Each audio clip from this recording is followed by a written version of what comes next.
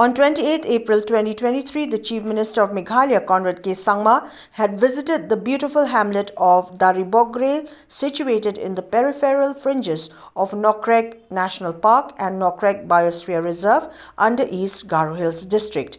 He was accompanied by officials of the state government and traditional heads of the area. While at the viewing deck in Daribokgre, at the foothills of the highest peak in the Garo Hills, the Nokrek Peak, Chief Minister Conrad K Sangma informed that the visit was intended to explore the possibilities for better management of the place in order to add to the tourism appeal of the entire area. What do we do to ensure that we allow the people to have access, yet we minimize the damage that can be caused because of too much of overcrowding?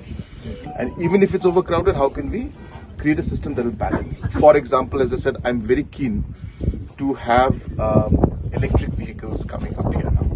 So I'm very keen that the vehicles, all our polluting vehicles, should be kept somewhere down, maybe in Chandigarh or something. Just create a large parking lot, let the villagers run it, or some kind of a partnership.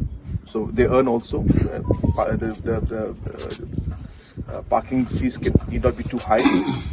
We give electric vehicles to the villagers. We have some kind of a society or something that is built up. We give it, we finance it. So 20, 30, 40 vehicles. And that, payment basis, they will bring the tourists here and take them back. So it will be a regular taxi, it will be keep going up and down. And maybe in the long run, we'll have some other provisions also.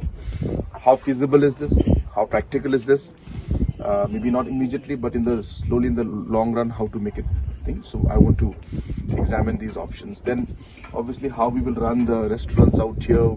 Basic, if people are coming in, are people being educated about what Nokrek is all about, how they should maintain cleanliness, that this is meant to be a bio reserve.